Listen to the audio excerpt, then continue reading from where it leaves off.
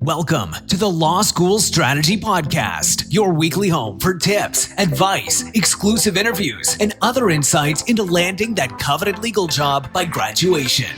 We're here to help every law student develop their law school strategy. Don't go through law school blind. It's time to get out of the classroom, put your books down, and finish that outline later. Now, here's your host, Franklin Graves. Hi, and welcome to another episode. On this week's show, we're going to be talking about the Public Service Loan Forgiveness Program, as well as some recent news about a law school or two now accepting the GRE instead of the LSAT. Later on, we'll be talking with a really stellar former attorney, now turned marketing guru, as well as somebody I think you should definitely be following if you're a law student or even a practicing attorney. She is always sharing some great advice. Her name is Nicole Abboud, and I can't wait to share that interview with you. Okay. Let's talk Public Service Loan Forgiveness, or PSLF for short. A lot of people are familiar with the program. I remember I heard about it when I was first a law student because it was kind of advertised as a way to have your student loans completely forgiven after just 10 years of working. It was actually a result of authorization under federal law from 2007 that permits certain people who work for either a nonprofit organization such as a 501c3 or jobs such as with the government, then at the end of a certain time period, they would have their federal loans forgiven. The typical way it's described is you make 120 qualifying payments on your student loans, but they have to be consecutive. So essentially a 10-year period of making every month consecutive payments towards your student loans. So at the end of that time frame, your loans would be forgiven. And of course, what student wouldn't want to take advantage of that? Especially if you're a graduate student, because those student loans and the cost of education attending a graduate program is significantly more than undergrad programs. After making those qualifying payments, you basically apply to have your loans forgiven. Now, nobody's actually done this yet. You might be confused because why are so many people talking about the program if nobody's actually taken advantage of it yet? Well, that's because if you do the math, we're now at that 10-year period coming up in October of 2017. All of that to say, nobody knows what's going to happen yet because nobody's had their loans actually forgiven, because up until now, no one's actually had their loans forgiven underneath the program. So why is this all in the news now? Well, if you're a law student, you've really been hearing about this, likely because of a lawsuit that the ABA filed. I actually have a video where I talk about the Public Service Loan Forgiveness Program and the lawsuit that the ABA filed with the current ABA president herself, Linda Klein. So you can check that out in the description below and learn firsthand what that lawsuit is all about. So it wasn't until actually last week that I think, or maybe 2 weeks ago, until I finally had a grasp of what was going on with Public Service Loan Forgiveness. The reason why so many people are up in arms and why the ABA filed their lawsuit is because of the denials that have been taking place. It's basically, and you'll see this in the description below, I'll put the link to the Department of Education website where it describes the best routes and the best steps to take for the program. It's recommended that people that are currently taking advantage of or planning to take advantage of the program and are in the process of making those 120 qualifying payments submit a form, an annual certification document that has been that basically you submit it and then you receive back an approval or an acknowledgement that yes, your employer, it basically tells you that yes, your employer, your current employer, whether it's a 501c3 or a similar organization or government institution, is a qualifying employer for you to be in the program and that your payments have been qualifying. It actually, from what I've heard, details the loan schedule as well. So you file that, and the recommendation from the Department of Education is that you file that on an annual basis so that you can be keeping up with the program and making sure that everything is going smoothly. It's also to ensure that if you happen to change employers, then you can also resubmit that certification on the annual basis and again find out, yes, your new employer is qualifying. All of that is helpful when come October, if you're part of the first participants to take advantage of the program. All of that to say, come October, you will have a stack of maybe 12 or more sheets of paper that detail your approvals from the Department of Education. So more recently, though, there have been individuals who have had their annual certification document, they've gotten back a denial, whereas they might have previously, a year before that, received an approval saying that they were employed by a qualifying organization. Not their actual forgiveness request, which can't come until October for the first round of people that have made those 120 qualifying payments. However, since the annual certifications that borrowers are recommended to submit throughout the 120 payments periods, those are essentially being presented as the same employer organization qualification verification that will be required when time comes to actually process the forgiveness at the end of that 120 payment period, or 10 years based on where you are in the program. That could be October 2017, or it could be May of 2018, or 2020, or 2027. That is where we're seeing these lawsuits take place, actually surrounding the application for forgiveness. It's surrounding the annual certification documents. You can understand why these lawsuits are taking place, because if you are a student, or if you're a former student who has taken advantage and planned on taking advantage of this program, you are essentially being told now that the deal between you and the Department of Education is changing, and you might not be able to have your remaining loan balance forgiven. In a recent New York Times article, Jamie Rudert, he was working for a 501c19 organization and received a denial letter. However, in 2015, he started working for the Paralyzed Veterans of America organization, which is a 501c3 organization, and he received an approved qualification letter. So the issues appear to be popping up around organizations that are, if I can borrow a term that I've heard, the organizations are 501c not a 3. So anything that is not a 501c3 organization appear to be receiving these denial letters. The most important takeaway, though, of this entire process, getting back to the main point of even bringing this up on the Law School Strategy podcast, the main takeaway for this is to make sure that you are submitting the employment certification for the PSLF program in that form on an annual basis, or basically whenever you change jobs to a new qualifying employer that you think might be under the program. That way you can know along the way whether or not you qualify. Granted, that's part of the issue now, is that people are having their annual qualification decisions changed from one year being approved to the next year being denied for no reason. But it's still in your best interest to file the document so that you can be fully aware of if you may or may not encounter issues when you reach the end of the 120 payments. The link to the form is down below in the description. A great resource that I recommend you check out is a website called studentdebtcrisis.org. And there's a specific tools section. So if you go to studentdebtcrisis.org/tools, you'll find some great resources there to help you out in determining a lot more about this issue. Another website I recommend you check out is biglawinvestor.com. Josh is the person that runs that website, and he has a great resource, a great couple of articles actually about both public service loan forgiveness program as well as many other options for repayment of student loans. So you can check out those links that I just mentioned down in the description below. All right, so let's go ahead and kick it over to my interview with Nicole. Like I said, she is an amazing former attorney, but somebody I think that you should definitely be following on Twitter, LinkedIn, YouTube, everywhere. She's doing it all, and it's amazing. So here's the interview with Nicole.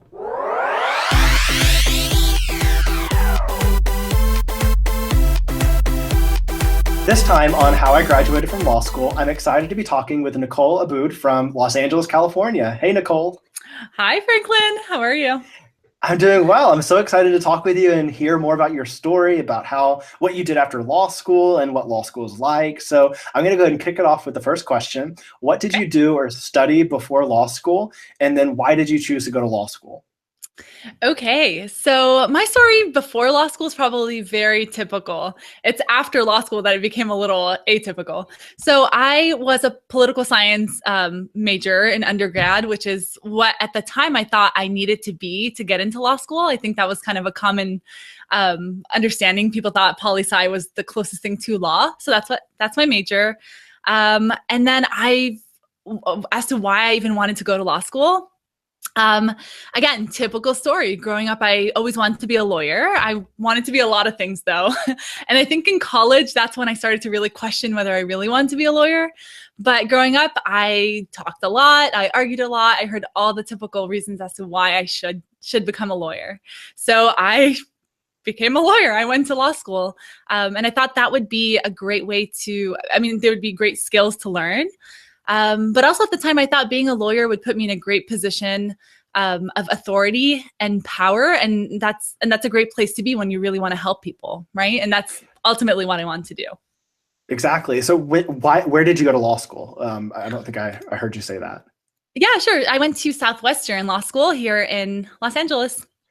And so why did you choose Southwestern? Is there any reason that you particularly chose that school?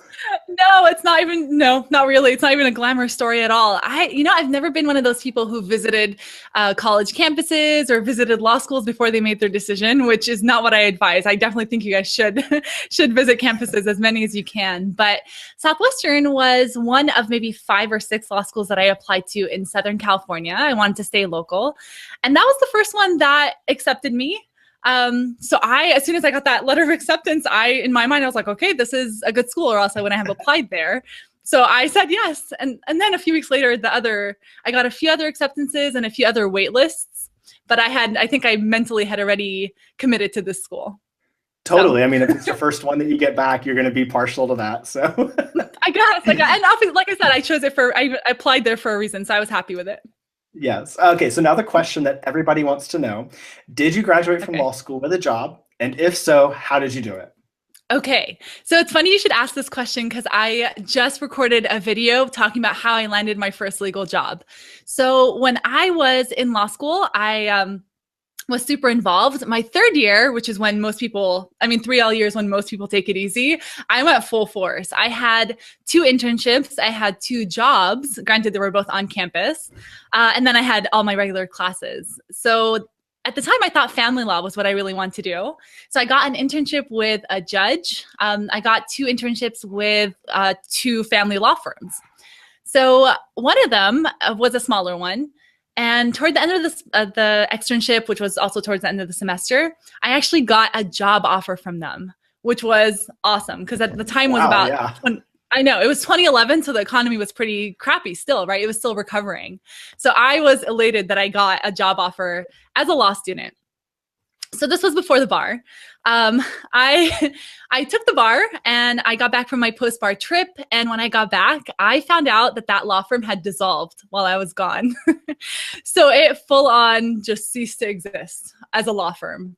And the individual partners had broken up and they couldn't afford to hire me individually anymore, right? So I actually had lost that job that they had offered me. So I don't know if I should just keep going and tell you about how I actually got my first job, but that was the one that I had in law school and it went away. It disappeared.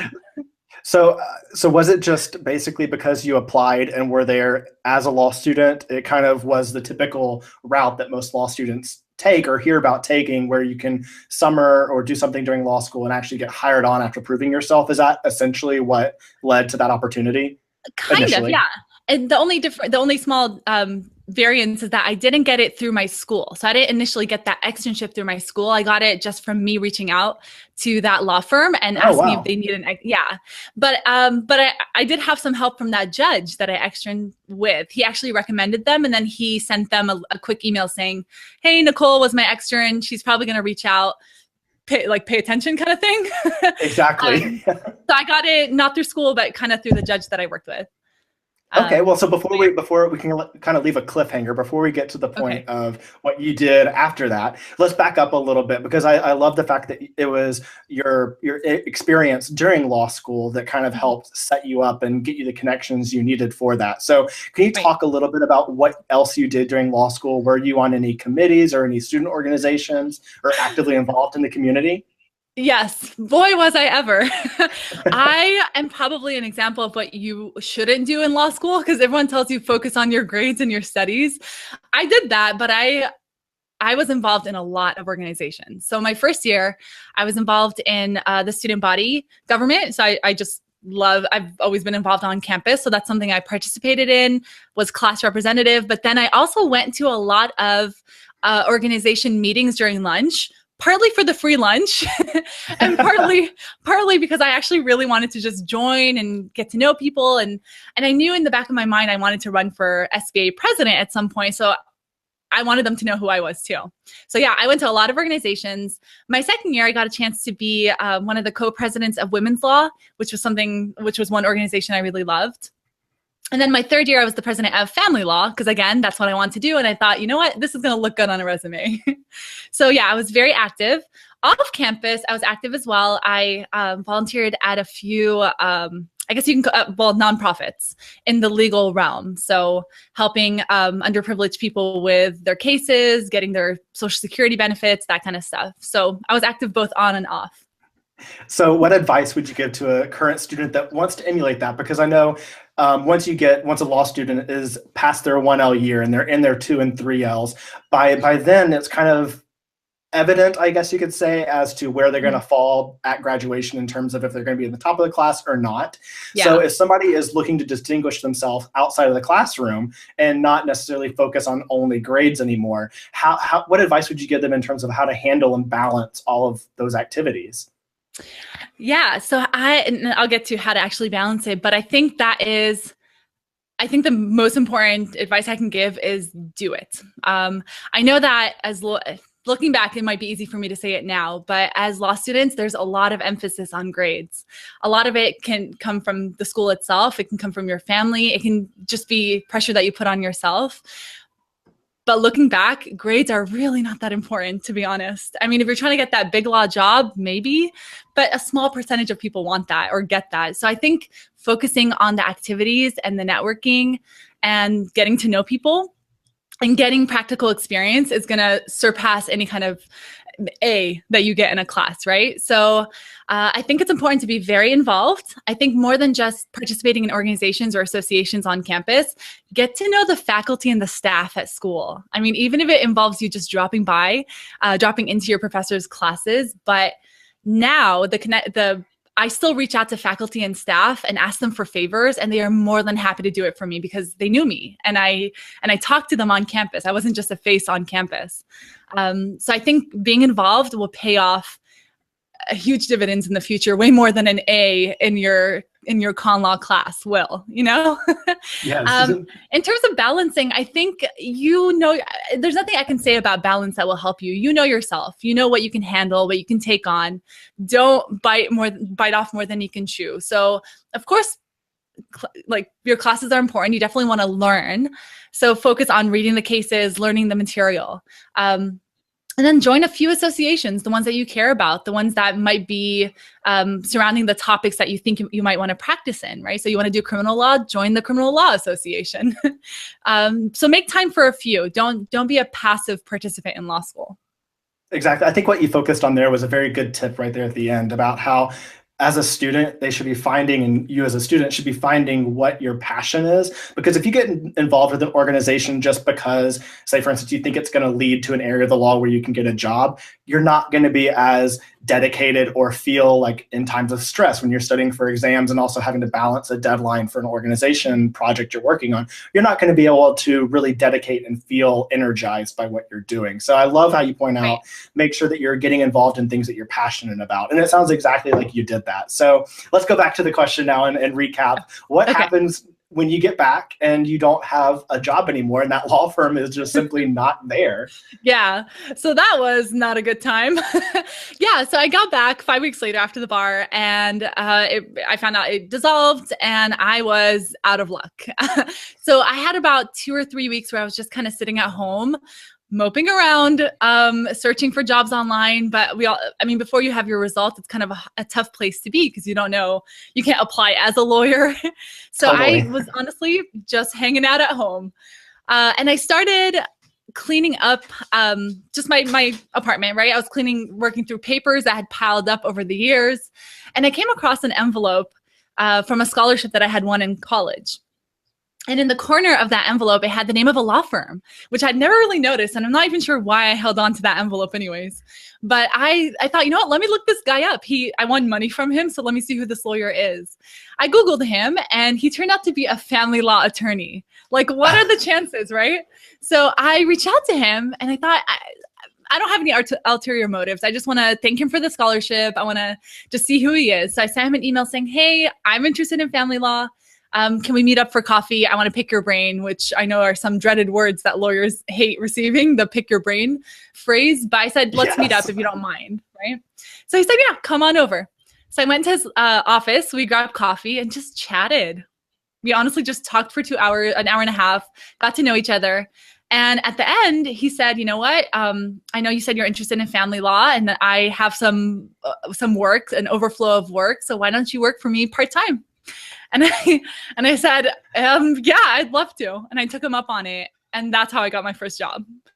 That's amazing. That is really amazing. So if I can highlight something there, you said that Sure. you went to meet with him, and did you wait for him to bring up the question of what you were currently doing, or did you tell and volunteer the whole story about the law firm dissolving? How did that come up?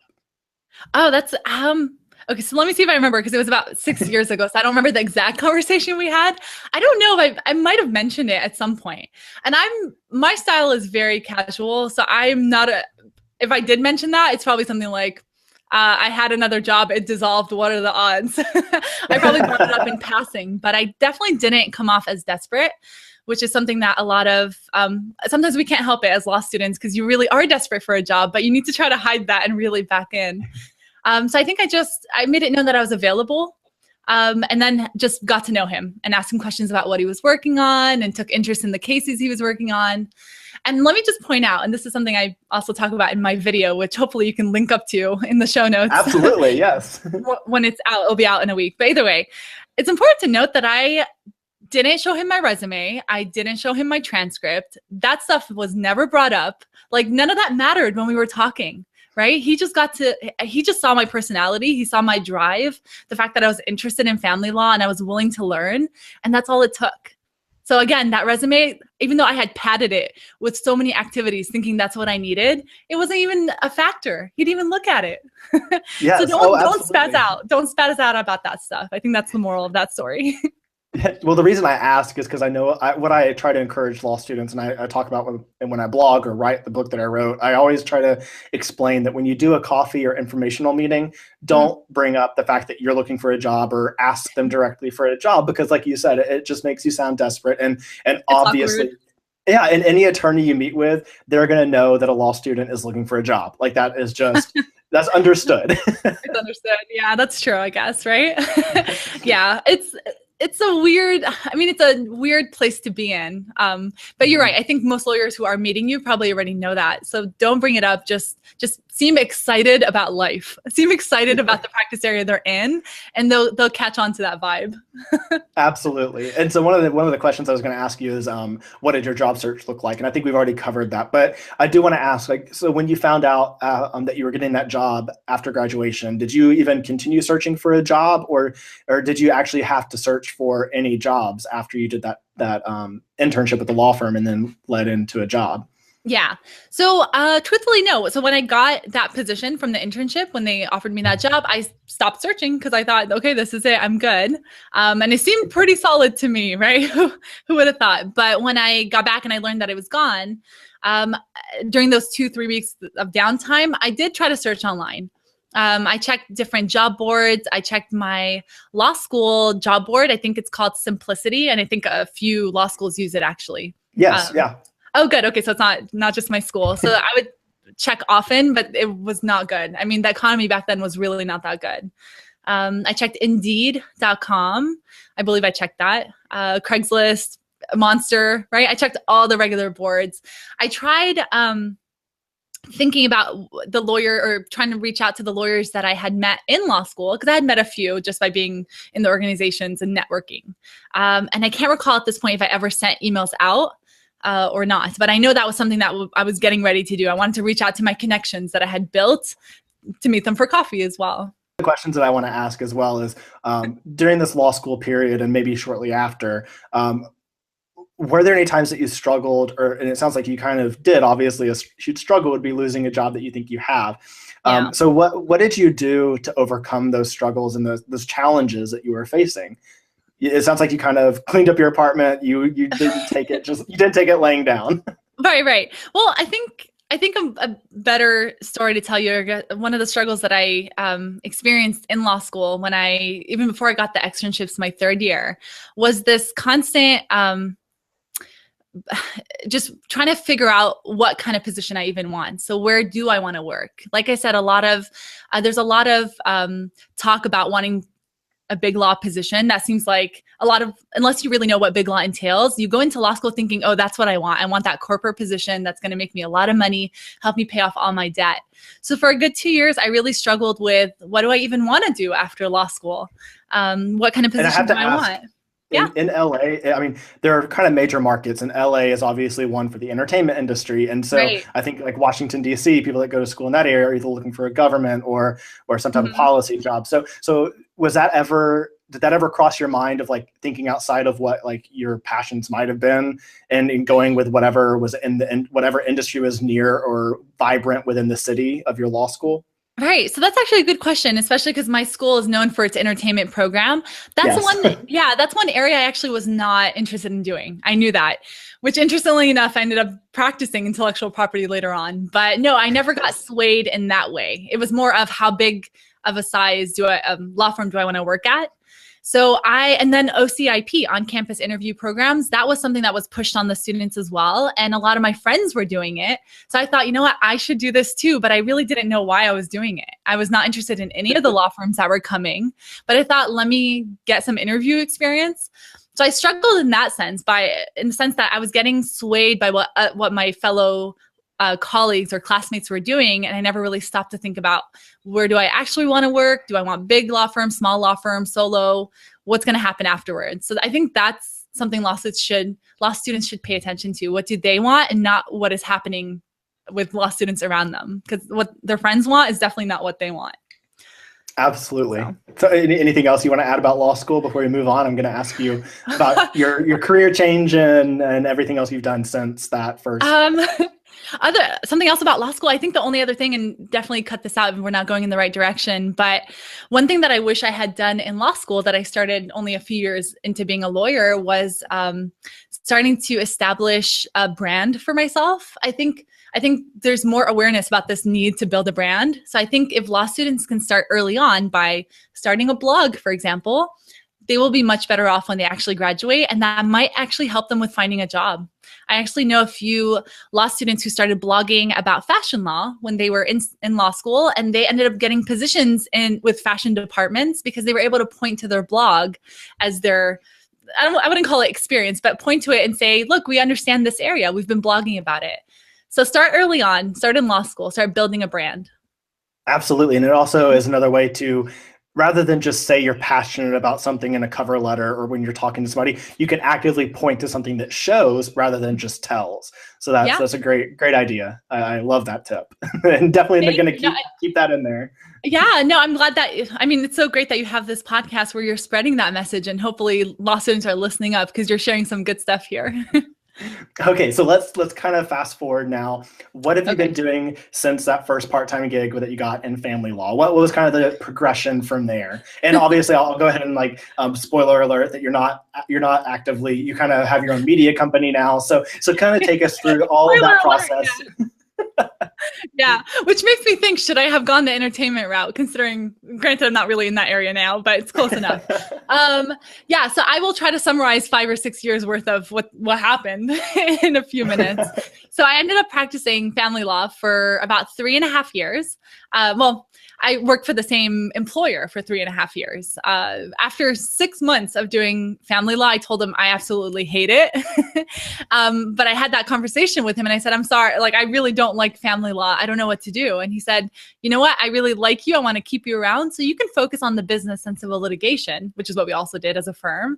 And then I will handle the family law. So I took over family law. I stayed in business and civil lit. And I stayed there altogether for 3.5 years. At that point, he ended up retiring and I ended up opening my own practice because that's, again, something I always wanted to do. So I opened my own practice and I decided to focus it on fashion law because that's, remember how I said growing up I wanted to be a lot of things? Fashion designer was one of them. So I thought, why not marry the two, fashion and law? I did that for about 2 years, focused mostly on intellectual property, help for legal designers, fashion brands. And that was all fine and dandy. But all throughout these 5 years or so, I had this constant nagging feeling that that something didn't feel right. I wasn't comfortable being a lawyer. I didn't really enjoy it. I was very unhappy all the time. So as of a few months ago, I actually ceased to be a lawyer. I stopped practicing. I finished up my last case, and it might seem like it's a quick journey, but it feels like it took forever to get here. But I have my own company now. It's called Abboud Media, and I didn't venture too far. I actually help lawyers with video creation, so video marketing for lawyers. That's what I do in a nutshell. That's the last 5-6 years. And so is that on a nationwide basis or a global basis, or is it just a local area? So it is local in the sense that we can only come over and shoot for you locally, but as in produce it for you locally. But I do have lawyers who are who I can work with in different states. If they record it themselves and send over the footage, we can edit and create the great videos for them.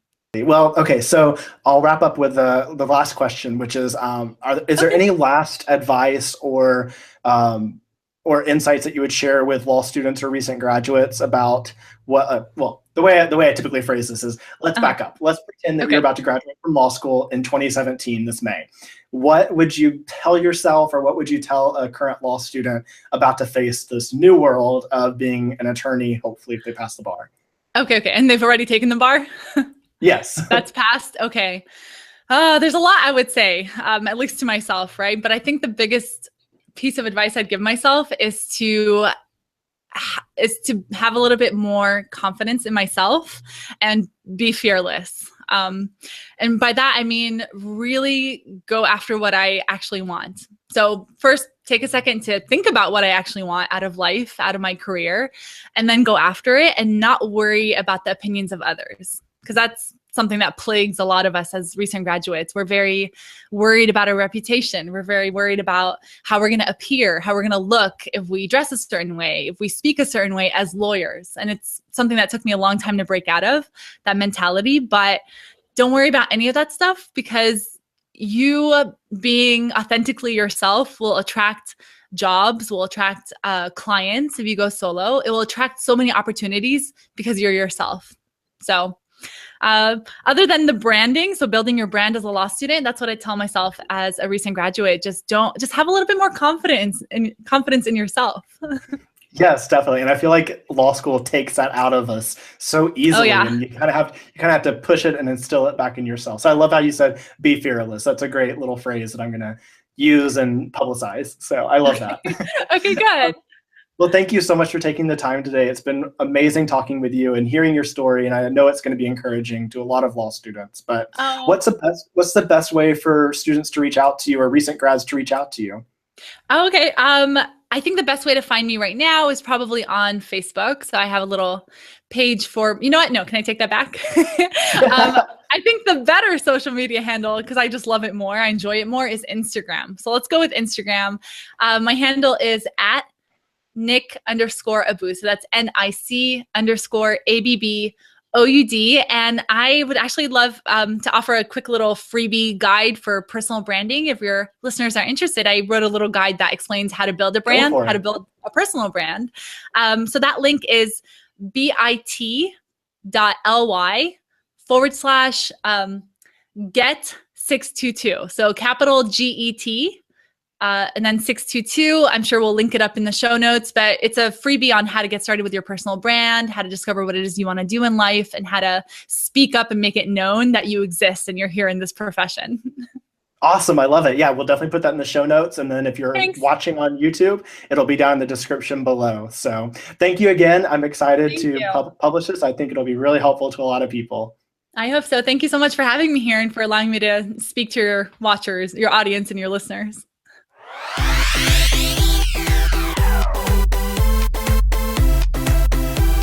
Okay, that wraps up the show. Please help me out by subscribing. You can subscribe if you're watching on YouTube, or if you're listening in your favorite podcast app. Just subscribe. It's really simple. Just click that button and it really helps me out.